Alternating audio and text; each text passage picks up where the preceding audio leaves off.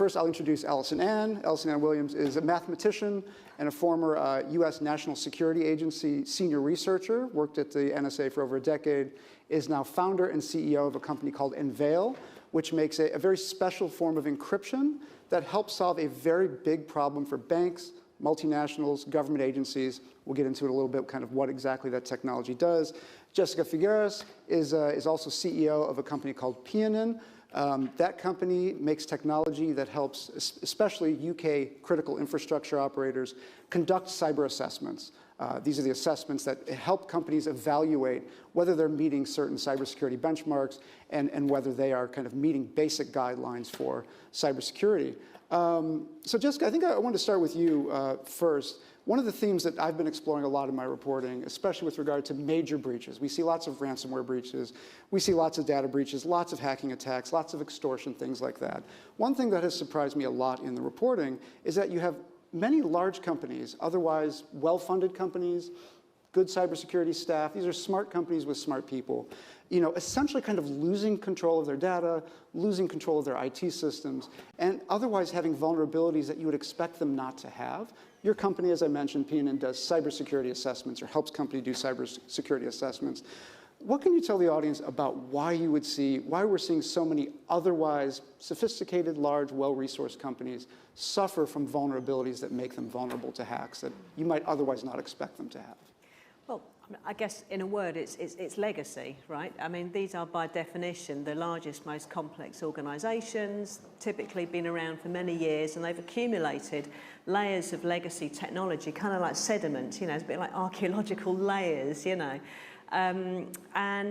these technologies were procured, implemented in times before we anticipated just how bad actors would be working in future.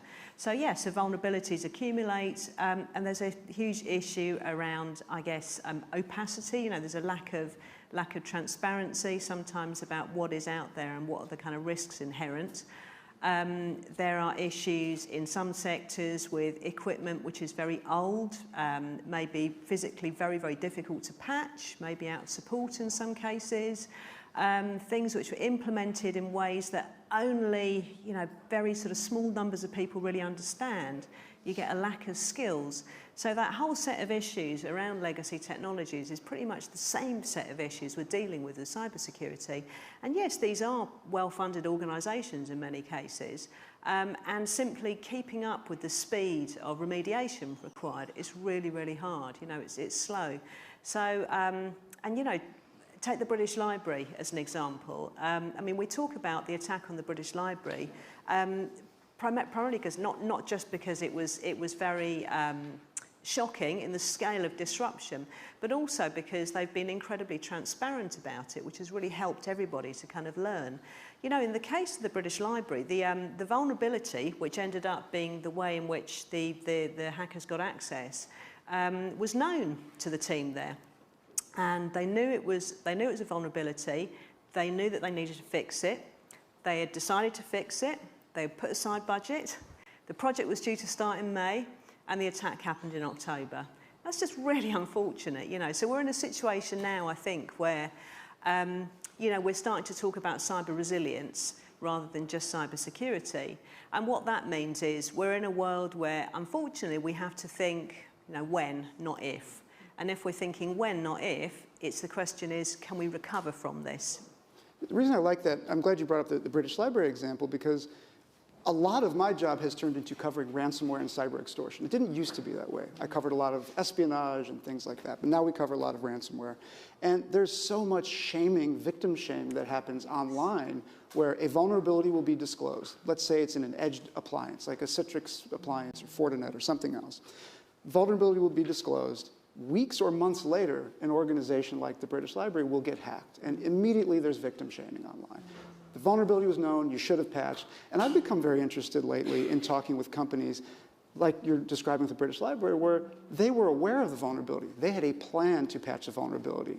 Even at reasonably resourced organizations, it still might take time to actually do that. So it's not a case of organizations always forgetting, being oblivious. There's a plan. They're just not able to get there as fast as the hackers.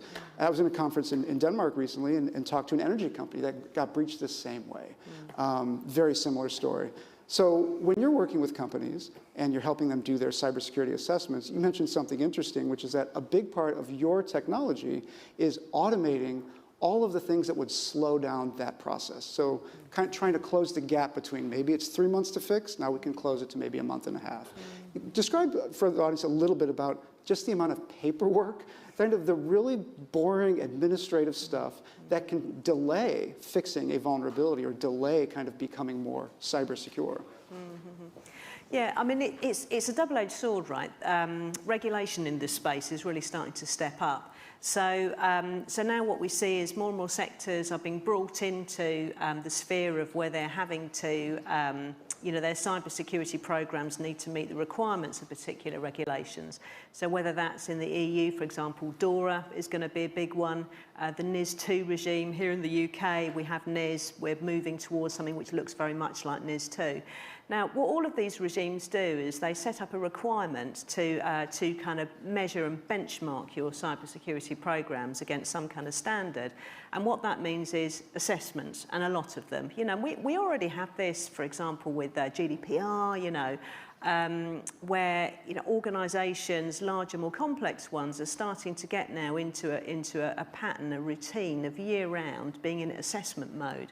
And assessments mean questionnaires and spreadsheets and tick boxes, there is a question, particularly for teams who are short-staffed, which is many of them, frankly, which is, how much time do we want these guys to be working on just the very kind of bureaucratic aspects of this, and how much time would we rather they spent actually using their fantastic skills to actually make the organisation safer. So, regulation is important and it's good. I'm glad we have it.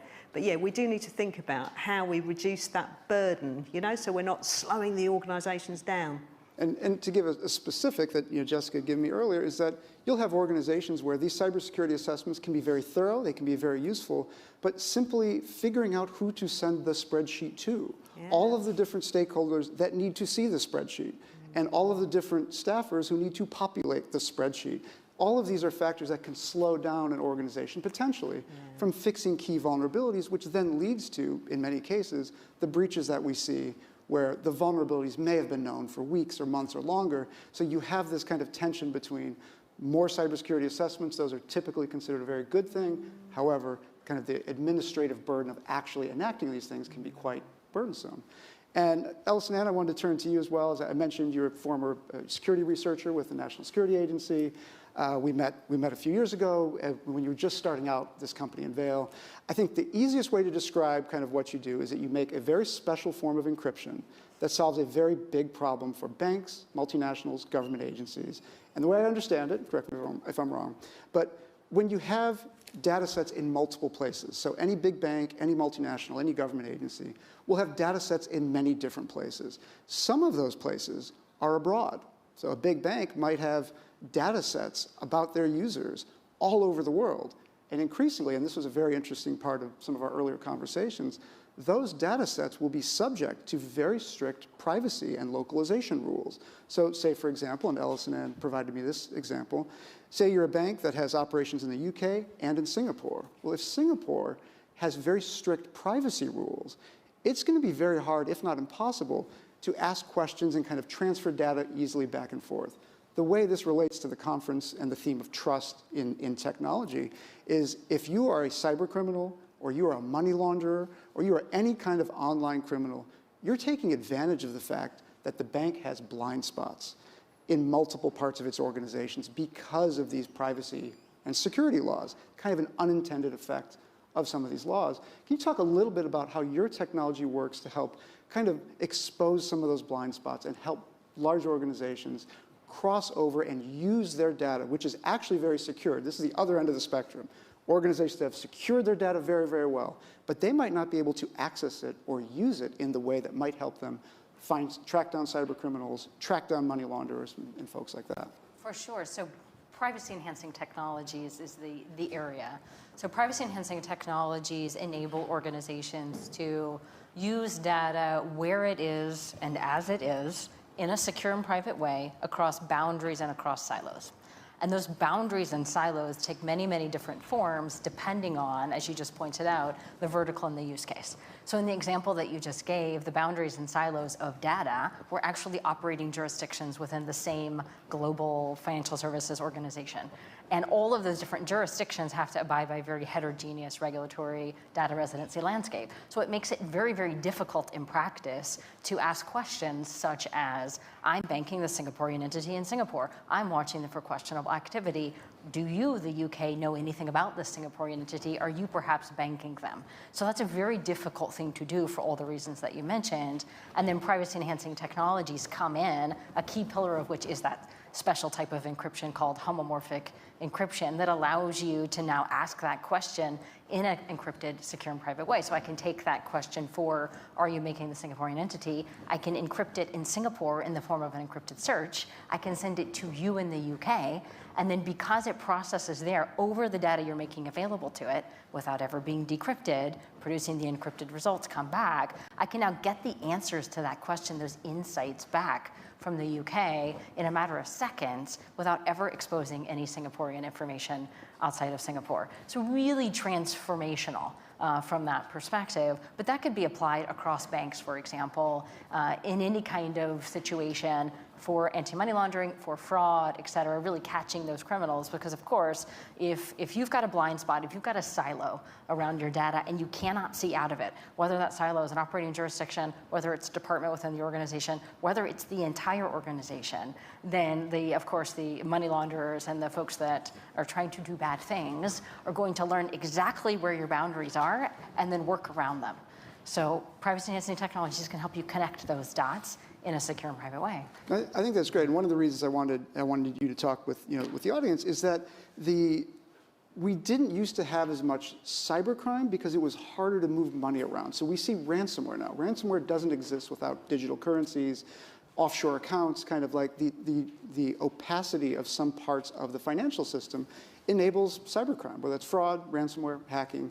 And it wasn't until we started talking that I really understood that these banks, especially these multinationals, they have a real problem accessing their data abroad. You might think it's one company, and it is one company, and these divisions exist all over the world, but because of these very well-intentioned and very good, in many cases, privacy and security laws, it's actually, in some cases, helping enable hacking and enable the movement of money around the world, whether that's through money laundering, money mules, and things like that. And so I wanted to ask you as well, my understanding basically of the way the technology works is it's a form of encryption that allows you to encrypt both the question asked of that data abroad and also the answer given to you from that data abroad. So you're able to ask a question of your, in this case, let's say it's foreign data. You're able to receive a response like, I'm tracking hacker 12345. Do you have an account linked to hacker 12345, whatever alias they're using? In some cases, these privacy and security laws will prevent you from actually asking your own data, asking that question of your own data. And can you talk a little bit about, we talked with Jessica about some of the use cases for the cyber assessment technology. Can you talk about a few use cases for your technology within a bank or, let's say, a national security organization or government agency? Yeah, so I think we've talked about some really great ones that are very impactful for financial services in terms of, financial crime, kind of the two sides of that, money laundering and then fraud.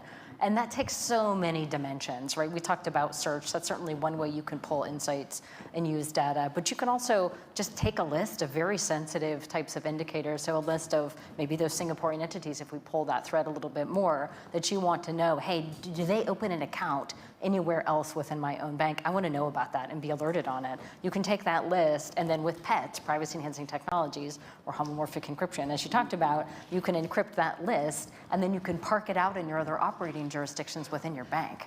So as new accounts get opened up, they can be streamed across that encrypted list, and then encrypted tips and alerts are produced, pushed back to Singapore, where you can see then in a matter of seconds, wait a second, this entity tried to open an account over here, now I should take auxiliary action. So so that's certainly very powerful. You know, we just talked a little bit earlier about AI, the tool called AI, which is correct. It's not new. Gen AI has taken it to a new level. But one of the things that this whole kind of Gen AI movement, ChatGPT movement, LLMs have brought to life, which has always been true, is the machine learning models, which are the unit of work in AI, actually encode and contain the data over which they were trained. So if you've trained your model over sensitive data, say I've trained it to recognize suspicious activity over Singaporean data. So if I take that model and I move it over to the UK, it's essentially the same thing as taking my underlying Singaporean training data and moving that over to the Which UK. you're not allowed to do. Huge problem, right? Now, privacy-enhancing technologies come in and solve a key piece of that from a model-centric security perspective, because now I can take that sensitive model, because it's been trained over sensitive Singaporean data, I can encrypt it in Singapore, and I can send the encrypted model out to the UK, where it can then be run in its encrypted state. If I don't decrypt it, I can't see the model. If I can't see the model, I can never pull any of that sensitive training data out of it over which it was trained, get my results that way, maybe for different kinds of fraud, behavioral anomaly detection, for example, relating to money mule accounts. So it has a lot of dimensionality when you start talking about, well, how do I engineer trust through technology? How do I use data across all these boundaries and silos in a secure and private way? Could be search, could be watch listing, could be analytics, could be AI, right, and machine learning. I like that. And just like Jessica's example, it's all about reducing the amount of time it takes an organization to detect fraud, detect a hack, fix a problem. It's about kind of collapsing that attack surface. And Jessica, I wanted to turn it back to you. Another thing that you had mentioned to me as well is that you are also a founding trustee of the UK Cybersecurity Council, which is a professional standards organization for cybersecurity professionals. And you mentioned something interesting that I hear a lot about the skills shortage in cybersecurity. There are literally millions of unfilled cybersecurity jobs, and people who work in cybersecurity have a lot of opportunities. However, you've worked with companies, and you've mentioned this, where the burnout rate is so high from watching screens all day of alert, alert, alert, alert all the time, that some organizations you've worked with, their cybersecurity staff is operating at 50% capacity for many months or longer because of burnout. Is there something you want to tell the audience about kind of the level of burnout in cybersecurity and kind of this hidden cost of all of the security work that everybody's doing to make networks more secure, to make technologies more trustworthy? It sounds like there is kind of maybe a dark side to it too, that there's a lot of burnout among some of these professionals. There certainly can be in some areas of the profession. I mean, lots of different types of roles in cybersecurity, but there's that piece around incident response and security monitoring, and you would call those people their first responders, right? Just like blue light services, and that is a stressful job. I mean, you're carrying the weight of responsibility on your shoulders the whole time. You're asking whether what you're seeing is just another false alert, or is it the beginnings of something that could be catastrophic for your organisation? So that is stressful, and yeah, you do have in some organisations, I wouldn't say it's the norm 50% vacancies, but it's not uncommon, and you have people doing 2-3 people's jobs, and there are high levels of burnout in some areas. And it's really difficult, I think that the profession is a really interesting one. I mean, my personal impression is that people who work in cybersecurity tend to be very special. They tend to have very, very high integrity. They tend to really, really care about the safety of their organisation, and they take that responsibility on in ways perhaps that other professionals might not. And that is a burden. So yeah, we do see high levels of mental health issues. So I feel quite strongly that we have to take care of our cybersecurity people. I mean, they are our first responders.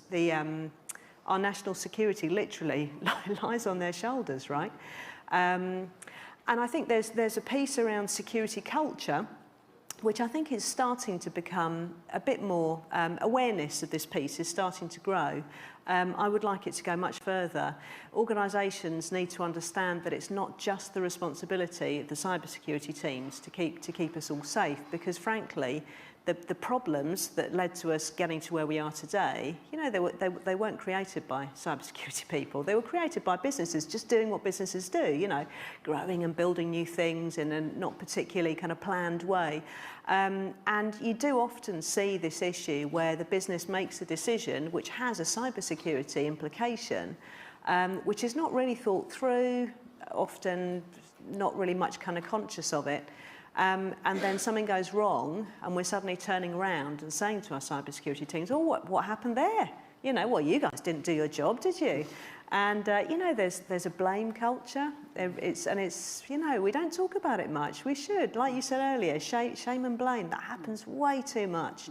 And particularly at senior levels, you know, the danger with that is who is going to want to do those jobs if you know that as soon as something goes wrong, which it probably will at some point, you know, you're going to be first out the door.